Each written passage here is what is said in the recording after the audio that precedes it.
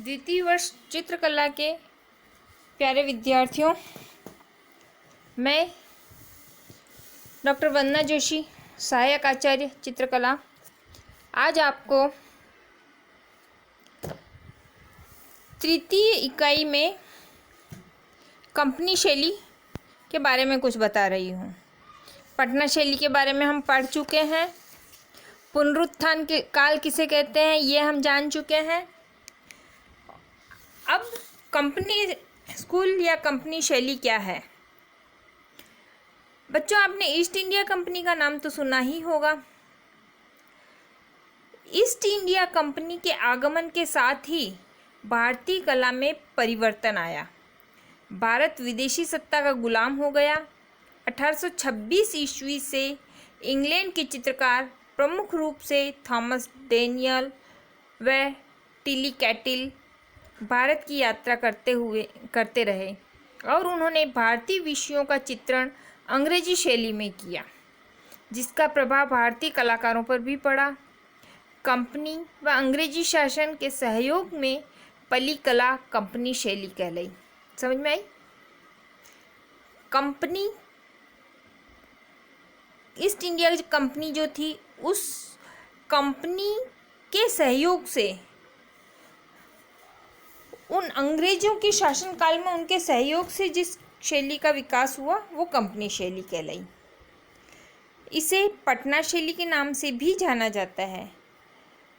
इस शैली के प्रमुख केंद्र लाहौर, दिल्ली, लखनऊ, वाराणसी, पूना, मुर्शिदाबाद, सतारा, तंजौर आदि रहे हैं।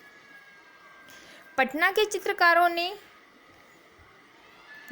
सामान्य जनजीवन के चित्र बनाए। मछली बेचने वाली, चक्की चलाने वाली, लुहार, चरखा चलाने वाली, नौकरानी, दर्जी, पतंग विक्रेता, साधु, किसान आदि प्रमुख चित्र रहे हैं। इसके अतिरिक्त धार्मिक विषयों व जानवरों को भी चित्रित किया गया है। इस शैली के प्रमुख चित्रकारों में शिवलाल, ईश्वरी प्रसाद, शिवदयाल, सेवकराम आदि नाम लिए जाते हैं। बनारस से आए हुल्लास लाल का नाम भी उल्लेखनीय है। हुल्लास लाल लिथोग्राफ की छपाई के चित्र भी बनाता था। कंपनी शैली की विशेषताएं। इस शैली का जन्म मुगल और यूरोपियन कला से हुआ है। चित्र आकार में छोटे बनाए गए। जल व तेल रंगों का प्रयोग किया गया।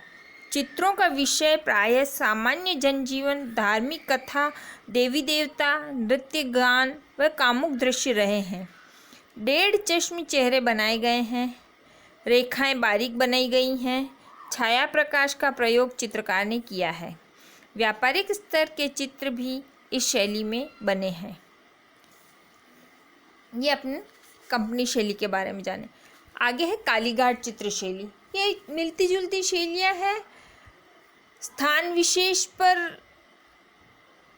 बनने के कारण इन्हें स्थान के नाम से पहचाना गया और काल विशेष में चित्रण होने के कारण इन्हें उस काल का भी नाम दिया गया। जैसे पटना शैली पटना में विकसित हुई, कालीघाट शैली कलकत्ता के कालीघाट आदि क्षेत्रों पे विकसित हुई, कालीघाट शैली के लिए। कंपनी शैली कंपनी काल में विकसित हुई, इसलिए इसे कंपनी शैली। इस तरह से इन चित्र शैलियों के नाम संबोधित हुए। कंपनी शैली के साथ ही कलकत्ता में नए केंद्र के रूप में कालीघाट चित्र शैली सामने आई, जहां विशेषकर भक्तों की मांग के अनुसार चित्रण कार्य होता था, जिसका केंद्र काली मंदिर था। यह शैली पटुओं की देन है। 1800 ईस्वी से 1930 ईस्वी तक यहाँ धार्मिक चित्रों के अतिरिक्त तत्कालीन घटनाओं पर चित्रण किया गया।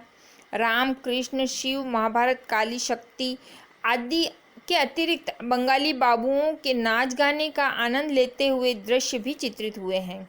युवतियों के श्रृंगार, मछली पकड़ते आदि के दृश्यों को कलाकार ने बेखूबी से बनाया है। गहरे चमकीले रंगों का प्रयोग व मोटी गतिशील रेखा इन चित्रों की मुख्य विशेषता है। ये चित्र मोटे कागज पर कपड़ा चिपकाकर बनाए जाते थे, जिन्हें मोड़ लिया जाता था। इन्हें स्क्रोल पेंटिंग भी कहा जाता है। इसके अतिरिक्त चित्रों के सेट्स भी बनाए जाते थे, जिन्हें फिरका कहा जाता है। इस शैली के मुख्य चित्रकार NC घोष व KC घोष थे।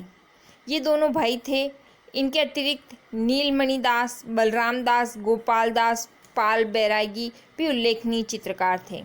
कंपनी शैली से राजा रवि वर्मा प्रभावित रहे, वहीं कालीघाट शैली से यामिनी राय पर प्रभाव पड़ा। राजा रवि वर्मा ने सर्वप्रथम तेल पद्धति में रंगांकन किया। यह भारतीय चित्रकला में ऐतिहासिक प्रयोग रहा। उन्होंने पौराणिक विषयों का चुनाव किया था। बच्चों, आज हमने 2 शैलियाँ पढ़ी, कंपनी शैली और कालीघाट शैली। कालीघाट शैली से प्रभावित रहे यामिनी राय, जो समकालीन कलाकार थे, और कंपनी शैली से प्रभावित रहे वो राजा रवि वर्मा थे। राजा रवि वर्मा का अध्ययन हम कल करेंगे। आज यहीं तक। धन्यवाद।